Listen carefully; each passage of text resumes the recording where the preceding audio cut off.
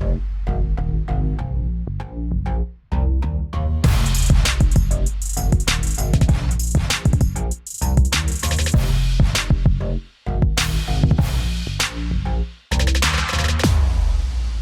to Rural Concerns, a podcast hosted by two wonderful comedians, Chris Cantrill and Sunil Patel. This is James, the producer, taking over here because Chris is a little bit discombobulated from just having been nominated for the Edinburgh Comedy Award, and Sunil went near a river. Yeah, I'm tired. Add a new hot dog with mashed potato in it. What? In it? In it? What, like through the middle, like a reverse stuffed crust? No, as in spread on the roll like butter. What? Yeah, that's it. Then they put the hot dog sausage on top and then crispy onions. Right, I love a crunion. Yeah, that was nice. £1.25 IKEA. Yes, they're Swedish special hot dog. I never heard of such a thing. Just perfect for the hot weather. Yeah, but extra mashed potato. It's what you want in summer. Yeah. Well, it's great that hot dog technology is still moving, because the last innovation I heard was the chili dog. God, yeah. I suppose a lot of the innovation has been about what you put on top of the sausage, but this is very much underneath the sausage, which really blows away the casual eater. Yeah, and also because it would, I guess, at a glance, it would just appear to be a slightly thicker roll. That's right. If you've smeared mashed potato on the inside. At a glance, it'd be like, oh, is there a cloud under my sausage? But, mashed potato, especially cheap mashed potato, doesn't really taste of anything, does it? It's just sort of not really wet mass. Yeah. I feel like I knew the person who was the kid of the person that invented Smash. They all made in Chelsea or something. No, I don't know where it was. It was like Bible camp. But this was in like America, wasn't it? In like the 30s, surely. Something, or even older. Maybe it was the robots from the advert. Well, you saw the robots from the Smash advert and thought, I know they're kids. Yeah. Yeah, I saw a bin. Have we heard from Chris? To be honest, he's barely even said he's going to be coming to this. He's maybe, I think he says he's 5 minutes away, and that was 4 minutes ago. So he's less than 20 seconds away. He'll be in a sec then. Well, I think we've covered everything. I do think so. I don't think anything else has happened. I went to the river, but Chris has been nominated for one of the biggest awards in comedy. Yeah. Again. Every year. Can't get away with it, can he? No. He's like the James Acaster of comedy. I know. You can't just have a year off. You can't just have a quiet time. What are you eating now? The second segment of 3. Check these out.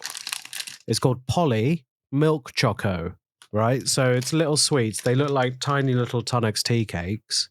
And I thought, these would be nice. It turns out it's a lucky dip. So some are milk chocolate, some are butter toffee, and some are something called arak. Arak. Some sort of coconut liqueur. Where's what? This is like a very either upmarket or downmarket revel. I think upmarket. I think it's a very common in Sweden because, of course, I got it from my trip to IKEA. Is this all IKEA? Did you just go to IKEA for your big shop? To get some frames. And because I was getting my dashcam fitted on my car. In IKEA? Or they're next door, in Halford's next door? In order to reduce my insurance costs. What does it plug into, the dashcam? Is it like plug into the cigarette lighter? If you pay a chap, the wires don't show themselves. Oh. Yeah. And it just comes on when you start the car. That's it. If you pay someone, they talk to you like you're a granny with an iPad. And they don't let you know the technical workings behind it. You are opening up another avenue for people to claim that they've got a video of you wanking. I've just eaten one of the arak ones, which tastes of like gas, like natural gas. Oh, that's not a good. That's not a good flavour. I had some Japanese sweets that were the flavour of vomit fruit. Right, and they sort of slightly they were like sweets that had a weird taste of natural gas in the middle. Yeah, what is that natural gas flavour and how are they getting it? Well, isn't actually natural gas famously odourless? Oh, yeah. And so they put a flavouring into it. So it's just the same one, I guess. So they've added the flavour of coconut rum to it. Yeah, arak. Right, shall I do my river trip quickly while he gets a glass of water? I went to the river, London's river, for a focus meeting of male leaders in the community. Oh, yeah. What, like a sort of low budget, that one with the owl in it? Did you burn an owl? Well, like Davos. Yeah. Yeah, it was like that. It was a bit like that. We didn't burn an owl. I burnt a load of sausages because I didn't keep an eye on the barbecue. That was a good-looking barbecue I saw in your picture. Was that there already? We need to talk barbecues once Chris is here. Hi, Chris. I'm here. Are you drunk? You've been drinking again? I've not been drinking. I wouldn't dare drink. You've been smoking? Nicola? No smoking. I've had a very big and very long day and it's still not done. Well done. I liked your photo shoot. Started with that, 9 o'clock in the morning, having a great time. And I've just not stopped, like me mum and my dad and Nicola and the boy are here. So we've been having a good time. But I'm also at the same time trying to be very present with my family who I haven't seen in a month, but also simultaneously organise a debut UK tour. Do you know what I mean? It's been an intense day of like sneaked glances at my phone. But did they only come up because you got nommed? Were they like, if you don't get nommed, just whenever you get back, we'll see you? That's not the prerequisite to them sharing affection. No, they were coming up anyway, and it's really nice to break up the like the chaos of it and stuff. And then I took my son, we went to a show together, and that was really cool. And like just knocking around, it's been really nice. Nice and one. to meet lots of people as well. So yeah, it's a little bit of respect for the old man, maybe. Bit of nothing new for you, of course, because I think it's every year. You've been there since pre-pandemic now. You've been nominated for something. I don't know. I don't want to. It's very dazzling and overwhelming and brilliant. I would not want to put across that I'm bored of this, Sunil. This is a brilliant thing that's happened. I'm not jaded. I don't suffer from ennui. But yeah, I've had a good time. I don't want to talk about it too much. My head, I still haven't really processed what's happening. Do you know what I mean? It's very full on. Do you want to talk about the things we were discussing before you came here? Yeah. Yeah, please. I'd like to take a double back on that. I need to be grounded. Okay. In the middle, because my life now, if I were to tell you what my life is based on today, it'd be free champagne, free bacon sandwich. Do you know what I mean? I swim in different circles now. So I would like to be grounded with talking about whatever you want about, boring stuff. Okay. Have you got a dash cam on the Astra? No, and I've been meaning to do it since we got it a year and a half ago, 2 years ago. Are you scared of what you will do to the car or what someone else will do to it? What I will do to it. Yeah, that's it. Good. I don't want a digicam chatting me like absolutely splattering a barn owl, you know? If you do get some roadkill with a dash cam, you've got to put it on the Discord. Yeah, I've got to, essentially. Although, I don't think that's exactly what they signed up for, but we'll make that an elite Patreon tier. Do you know what I mean? It costs £17 a month, and it's just for, and we'll call it people with refined tastes. You know, like if we can run this podcast very successfully off the back. We're working on a mass market model, talking to all these dweebs, when what we really needed was 1 or 2 high-profile perverts. Okay, well, I've got a dash cam. Let's compare footage once we've killed something. So did you just get your dash cam? I got it installed last week, as I was telling James. Nothing appeared yet. The same day, I went to IKEA to buy their special hot dog they've got at the moment. Chris, you're not going to believe this. Yeah. No, you will, because I've told you in the group. Yeah. No, I don't know. I've not read the group. I've been running around. Go on, tell me. They put mashed potato underneath the sausage. What? They spread mashed potato on the roll, put the sausage on top, and then said, "Do you want crispy onions?" And I said, "Yes." And it just tasted of nothing. Obviously, it's just sort of like a bit of wet mass underneath the sausage. Nick, that feels to me a very Swedish type idea. Are the Swedish known for potatoes, though? I don't think they are. Hasselbacks? That's the name of the hotel, isn't it?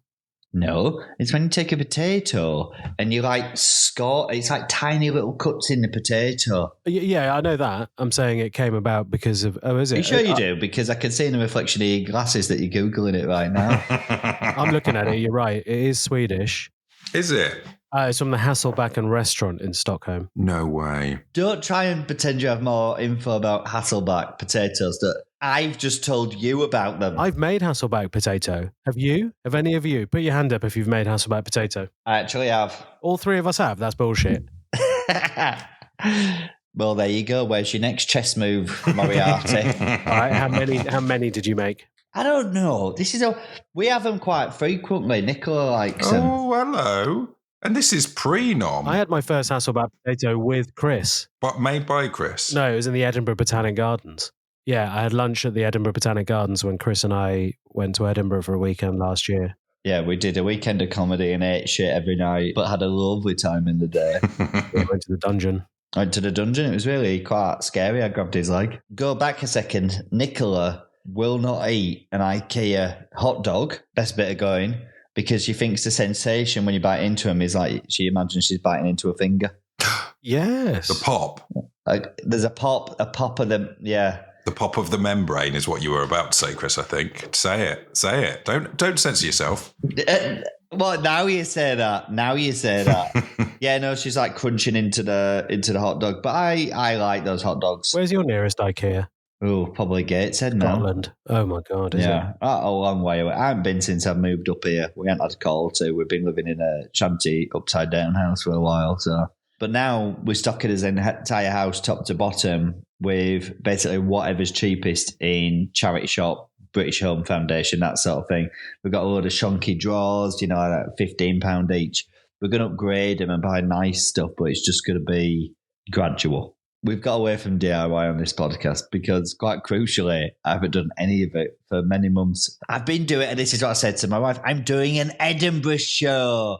This is our future. Do you know what I mean? It's kind of lucky you got nommed, isn't it? It really takes the heat off you. I'll be totally honest with you. If this didn't work out like it did, I was going to be a postman. I'm serious. I'm deadly serious. I'd had enough. I'd had completely enough. I was like, I'm done. I'm going to deliver letters and parcels. A simple life. This is a hard life. I'd rather just do letters. Yeah, I'll do parcels on weekends, you know what I mean? Like a bit of top-up money.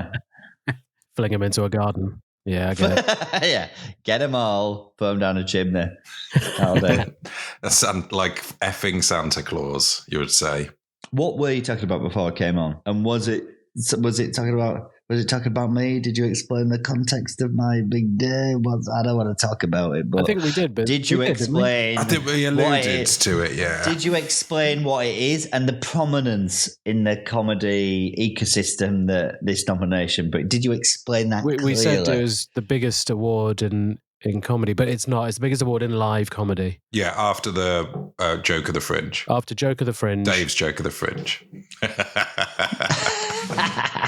I won't do that. I tried submitting some jokes, but they're all half a page. They're all half a page and they said, you know what I mean? Several times. You know what I mean? I didn't get it. I couldn't get it succinct. I couldn't do it.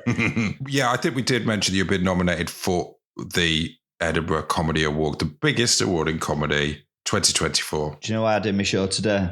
I did want to ask what sort of big boys are coming in your show now. I had Jack Whitehall. Came in, and when he was leaving, I was like messing around with my PDQ machine, like desperately trying to do like 3 things.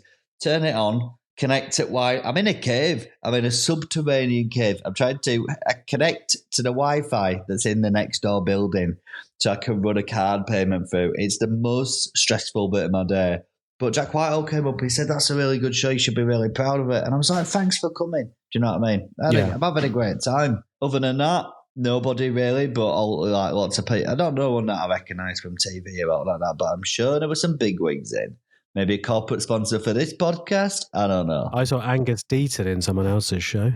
Oh, and did you enjoy it? I don't know. I was just looking at the back of his head. Yeah, I'll be in the show. I was in your show when the reviewer from The Guardian was in. I don't want to talk about this, but what are we doing? What are we talking about? I've had a great month. I've had a great time. Very exciting. The only thing that we know for certain is I'm not going to be a postman anymore. Other than that, it don't matter. I don't want to talk about the ins and outs of that stuff. I've not looked at any. I've had one review. And one review only in the middle of the Fringe. And I was like, it was a 4-star review. Do you know what I mean? It's going up on the wall. I was having a great time. And I thought, this can't be bad. So I opened it and it opened with a sentence, meandering is a word that is often, and I was like, I rang Amy Gledhill, who's my friend, director of the show as well. I said, I've read a review and I shouldn't have done it. And I sort of told her about it. And she said, you know what that is? The reviewer fucking hates you, but has to admit the show's good. And I think that's, and as you said, I quite enjoy that. Bloody well done to Amy as well. That's incredible. Amy Gledhill, also of the Delightful Sausage, friend of the podcast. We're knocking the Cambridge Mafia off the street. Do you know what I mean? She was my second question. When they told me that I'd got it, I said, has Amy got it? They said yes. And I said, yes, like that. But she was in a meeting, trapped in a booth at City Cafe, so I ran along to meet her. And then we just went and sort of hid for a bit, you know, and just reacclimatised. Do you know what I mean? I met a heiress last week who's trying to give away all of her money. She's given away 25 million. Wow. Why? She doesn't believe in she doesn't believe in inheritances. She will. Does she have children? She doesn't have children, no. But she thinks inheritances are bad for equality in Europe. She's given away 25 million. She lives in a rented flat with a bike. But here's the sad bit. She said once she's given that away, she's going to keep on inheriting more and there's no way she'll ever be poor. Got it. Why does she keep getting more? How many more relatives does she have? It's like one of those big families that are worth billions. But do you know that she could bring happiness to so many artists? To one nominated artist. By sponsoring a debut UK tour. I did suggest it. And maybe a Belfast day if we can remember it. Do you know what I mean? She could send me first class on that adventure. A UK mainland and potentially Belfast tour. Sorry, do you know when you'll be doing it in London? I think there might be talk of September, but I think I'm keen to push it back a little bit. So it's like October, November, because I need to relax and lots of adrenaline to leave my body. Because I know now I've got 3 days left, Friday, Saturday, Sunday, 3 shows left. 4 shows. I'm doing the next one, but I've got 4 shows left. Yeah, Sunday I'll leave. I'll get home and then we'll go camping with Nicola and the boy. And in that week, while we're away camping, the amount of adrenaline that's going to leave my body is going to leave me. There'll be tears. There'll be seizures. Not seizures, that's not right. But I mean, like, they'll be quite physically. Apparently, in the theatre world, they like build it into their calendars. Do you know, like post-show blues? It's like a thing that's like an old tradition in showbiz and stuff like that. And it's like, yeah, it'll hit me like a brick wall. Because I think for the entire month, the adrenaline is through the roof, whether it's up or down. The baseline of adrenaline is so far beyond what's normal. You should normally end an Edinburgh run with a week all-inclusive in Fallaraki. Yeah. With the lads. Get away from the wife and child. Medicinally, like, take coke and stuff just to keep the energy. 25 million pints and a Coke. 25 million pints and a Coke. Monitor it and slowly land this fucking Boeing 747 that has been me in August. Slowly land it.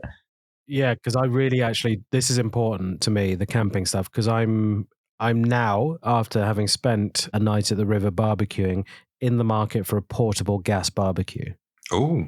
Yeah, what are you guys cooking on in the wild? I've got a pretty decent one. What is it? I don't know. Nicola sorts it all. You don't know if it's gas or charcoal? It's gas. Nicola buys everything. Nicola does the putting it together. Nicola does the cooking on it. When she says, can you take this rubbish to the bin? I say yes immediately. That's the dynamic. It worked for us. Can I call her or is she busy right now? She's busy with it. It's bedtime. The boy's here and he's tired, so she's putting him to bed. But I think she will be on her phone. Hopefully she'll reply. Oh, she's online. She's read it.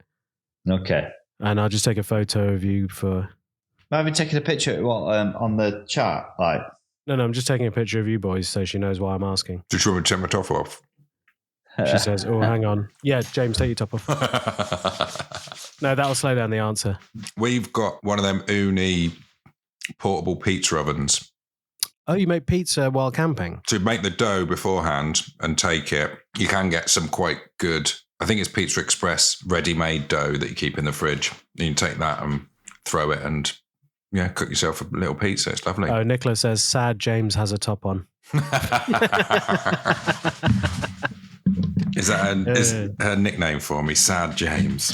Yep, I knew it. The Kadak Safari Chef 2 high pressure. So that one uses butane canisters. Thank you. I knew it. Can I talk to... this is not for now. We're talking about camping equipment. But Sunil, I need to pick your brains. RE, adaptive charging.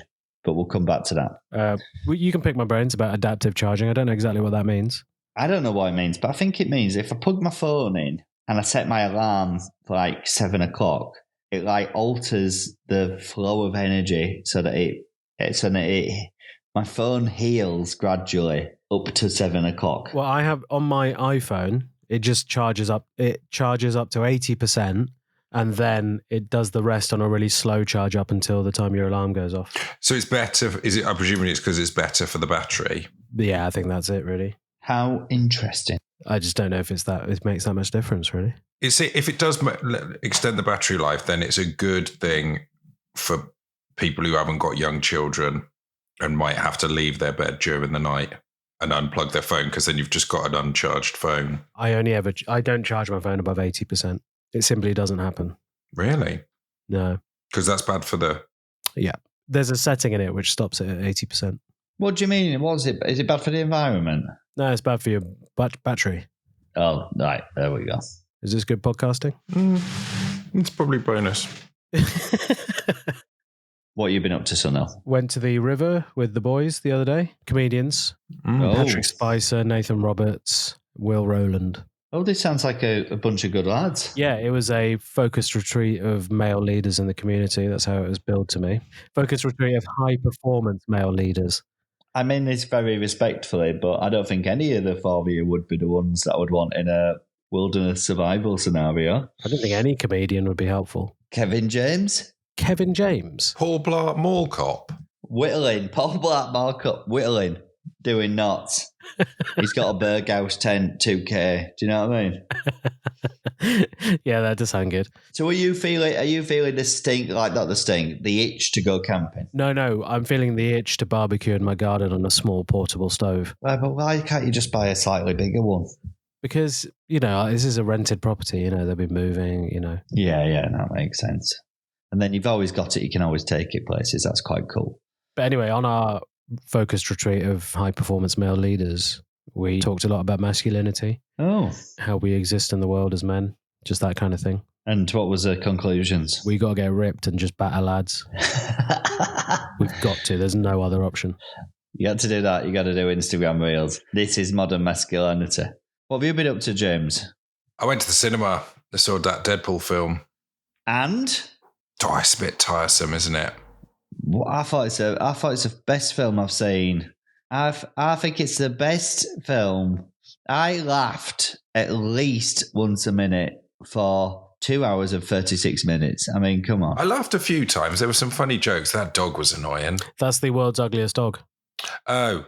He's got his own Instagram. It's not. Oh, so actually, to be fair, then, okay, I was going to say I'd had all the cameos spoiled for me. That I didn't know that was a cameo. My mate went to watch it, and he was like, I just wanted it to end.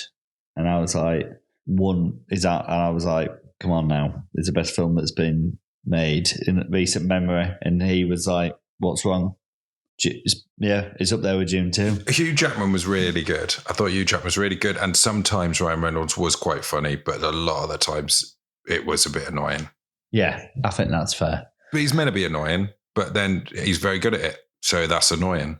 Yeah, he's a good guy. He's all right. He's like a musical theatre guy like me. So he's, we have a lot in common. Yeah. Hugh Jackman is, yeah. Yeah. Song and dance man. Yeah, he's a song and dance man like me. So he's born entertainer. The only vague talking point I had is: are we all too old to have ever been into Monster Energy drink? Yes, this is an interesting thing. Yeah, it's really not our generation, is it? Red Bull was about it.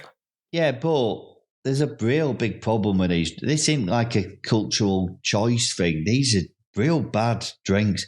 Do you know, like a tin of Monsters, like 23 teaspoons of sugar. And you see kids drinking them on way to school.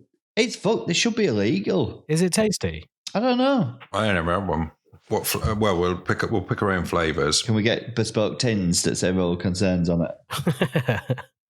We'll email Monster. I think you have to be over a certain age to buy them, don't you, in some shops? Really? Yeah. But there's also that one called Boost, which looks like shit. Like the knockoff version. Looks like a battery or something done to it, like the design of the thing. Yeah. It's just, all I'm saying to you lads is stay away. The last thing, we're in a demographic that needs to think about is heart. Yeah. Do you know what I mean? I think Monster. I would very, very, very occasionally have like a Red Bull if I'm doing, like a mad drive. When I'm driving so long, I'm seeing things that aren't there. Do you know, like one of those drives? But it's also very closely associated with gaming, isn't it, Monster? Yeah, because you don't need to stop. You can play until the wee hours. But I suppose they sponsor it, don't they? And they sponsor extreme sports and stuff as well. They're trying to like forge mental connections. Okay, I think I've got our flavours. We've got peaches and cream, assault, and orange dreamsicle. Assault? Yeah, energy assault is one of them. It's like got camo on it. Peaches and cream, probably Chris, that's you. Yeah, and I love the orange dreamsicle. Orange dreamsicle? I'll be the orange dreamsicle. Another well done, Chris. Well done, you're going to Chris. have a right old day tomorrow. Yeah, I'm having a good time. It's really... When does the results come out? Is it going to be after this? Yeah. They'll come out on Saturday, so we'll know either way, but it doesn't matter. I'm having a great time. I don't know, it's one of those things where you won't get it and people will message like commiserations and you're like, don't worry about that. I'm having a brilliant time. Do you want to record a version if you do win? Yeah, definitely. Stick it. Stick it. This is the final episode of Oral Concerns. I got this £10,000. I'm spending it all on Monster Energy drink, peaches and cream. Who's talking to you, Sunil? They asked me a question, was like, what would you do if you won? And I said, I'd buy my wife a new carpet. Do you know what I mean? That's so I want to win, it don't matter. But all I'm saying is, if I do, I'll give most of the money to charity. Yeah, and you'll buy back the pints I bought you in Edinburgh when I was there as well. You bought me pints? Yeah, a number of them. I made you buy me one as well, didn't I? Did you buy a ticket to my show? I just walked in. Yeah, good. So this is the exchange. You came in the show, you buy me a pint. That feels right. You've been in my show for free. No way. I've always bought a ticket. You were in the Pleasance, weren't you? Yeah, and then Monkey Barrel, the last one. Pricey. So, yeah, I threw a lot of money at you. Yeah, isn't yours a pay what you want? Bits of it are. It's like you can secure it. Yeah. Like, the last 10 minutes? No, you can support. You can buy a ticket to secure a seat, or there's a pay what you want allocation, where it is heavily implied that you should give a bit of money to the performer. By me. I'm like, please, come on. And I get my son up. I lift him up and and all of his clothes are falling to bits. I'm like, look at this. You've done this, you monsters. So please leave a note. But if you leave an euro, I'll kick your head off your shoulders like it was a football. Do you know what I mean? Touchdown. All right. Well, here's a fitting quote from Tupac to close out the Rural Concerns podcast. Reality is wrong. It's up to us to change it. Oh, God. Boom. Yeah. Wow. Yeah. I assume he means that reality is created by us as we go forward in life. I broadly agree. I think reality is malleable.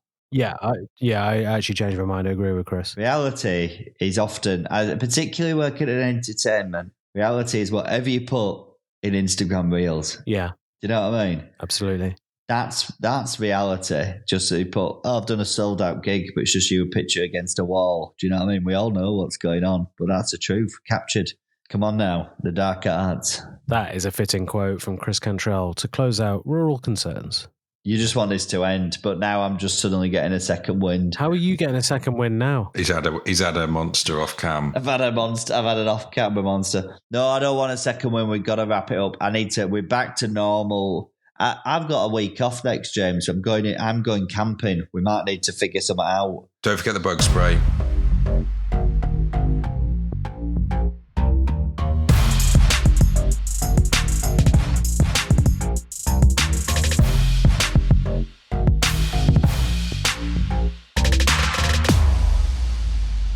What's the thank yous? What's the list of thank yous? Do the quick list of thank you. Sam O'Leary for the music, Poppy Hillstead for the artwork, and Egg Mountain. Joseph Burrows for the editing. Shout out Joseph Burrows. Joseph Burrows is all right.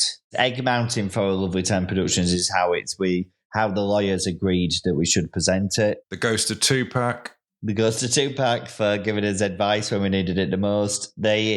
The creators of Monster Energy Drink refusing to put out something substandard. IKEA for making hot dogs with mashed potato on the bottom. Dashcams. And finally, the people of Sweden. I want you to know this is my mental faculty is now the same as when we started this podcast in January. I was very depressed. My brain is a mess, but we are coming back. We did not drop the ball once during the Edinburgh Fringe when we were away. James was on holiday. We will not stop. We can never be stopped. This is Real Concerns. Thanks for listening.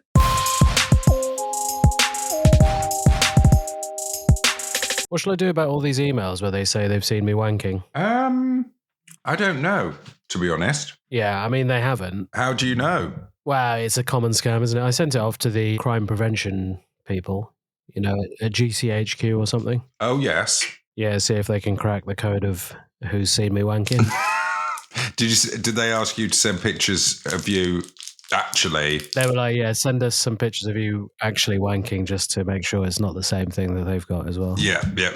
What are you eating? I'm bearing my soul to you. A Kit Kat Junkie with speculoos in it. Bong. Like that.